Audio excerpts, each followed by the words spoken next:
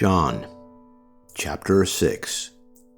Sometime after this, Jesus crossed to the far shore of the Sea of Galilee, that is, the Sea of Tiberias, and a great crowd of people followed him because they saw the signs he had performed by healing the sick. Then Jesus went up on a mountainside and sat down with his disciples. The Jewish Passover festival was near.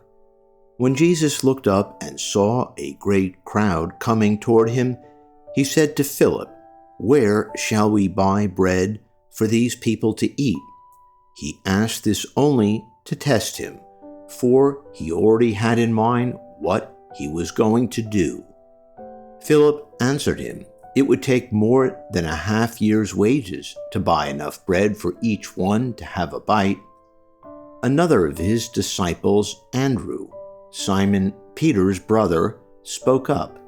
"Here is a boy with 5 small barley loaves and 2 small fish, but how far will they go among so many?" Jesus said, "Have the people sit down." There was plenty of grass in that place, and they sat down. About 5,000 men were there. Jesus then took the loaves, gave thanks, and distributed to those who were seated as much as they wanted. He did the same with the fish. When they all had enough to eat, he said to his disciples, "Gather the pieces that are left over, let nothing be wasted." So they gathered them and filled 12 baskets with the pieces of the 5 barley loaves left over by those who had eaten. After the people saw the sign Jesus performed, they began to say, "Surely this is the prophet who is to come into the world." Jesus, knowing that they intended to come and make him king by force, withdrew again to a mountain by himself. When evening came, his disciples went down to the lake, where they got into a boat and set off across the lake for Capernaum.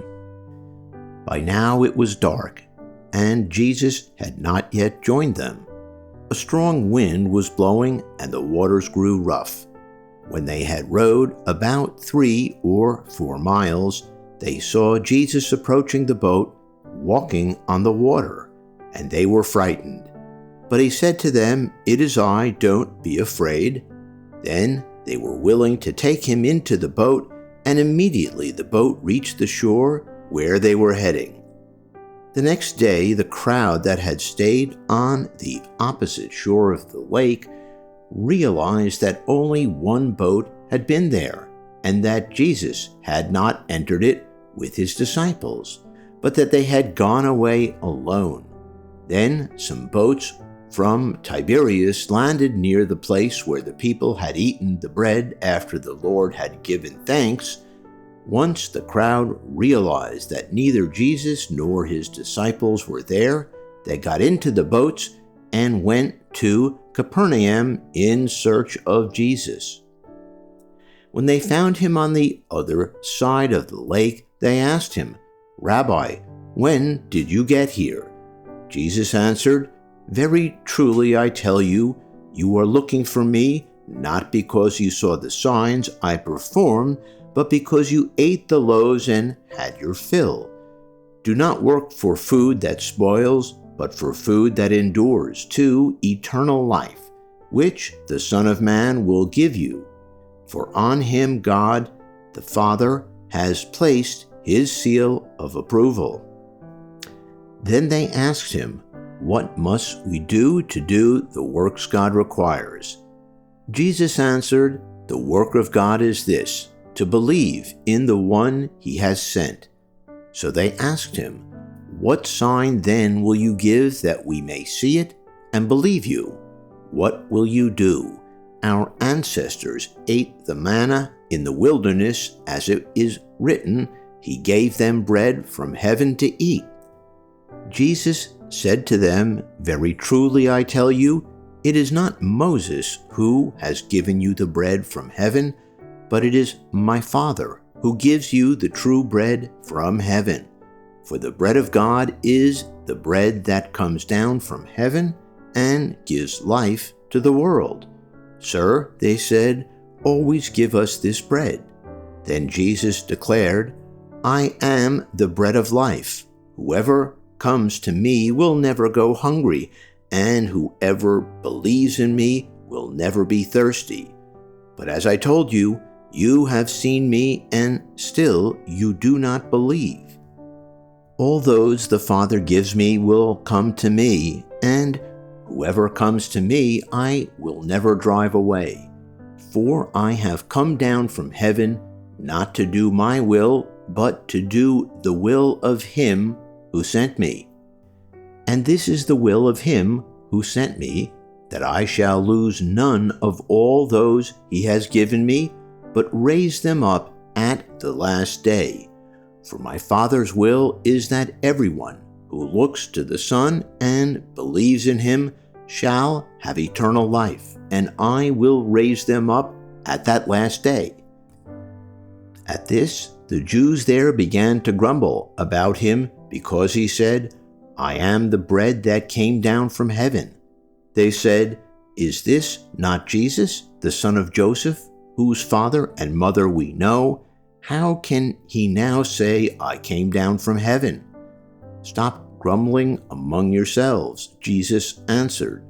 No one can come to me unless the Father who sent me draws them, and I will raise them up at the last day. It is written in the prophets, they will all be taught by God. Everyone who has heard the Father and learned from him comes to me. No one has seen the Father except the one who is from God.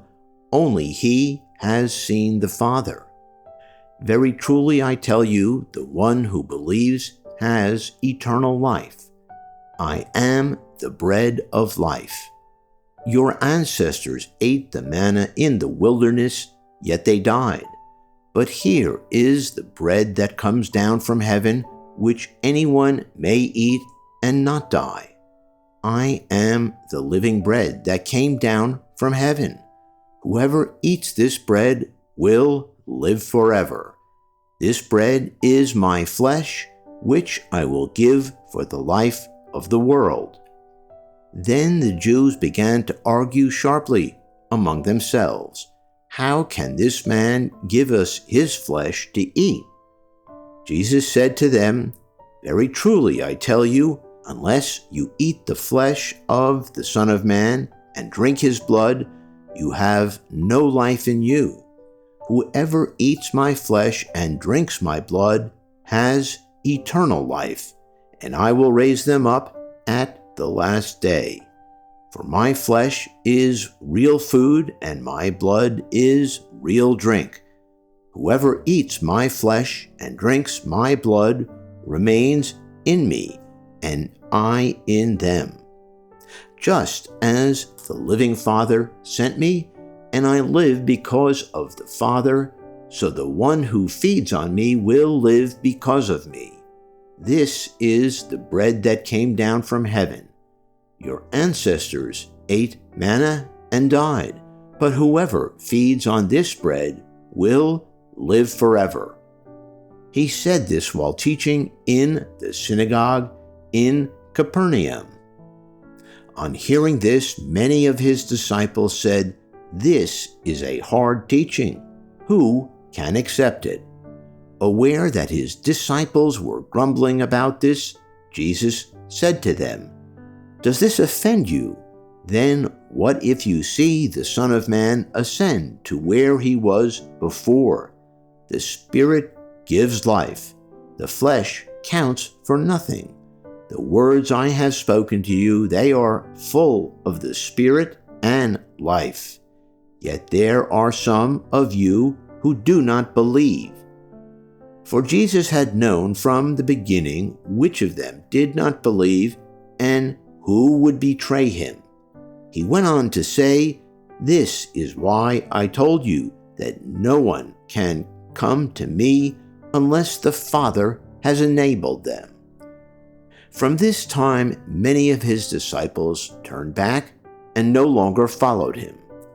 You do not want to leave too, do you? Jesus asked the 12. Simon Peter answered him, Lord, to whom shall we go? You have the words of eternal life. We have come to believe and to know that you are the Holy One of God. Then Jesus replied, Have I not chosen you, the 12? Yet one of you is a devil. He meant Judas, the son of Simon Iscariot, who, though one of the 12, was later to betray him.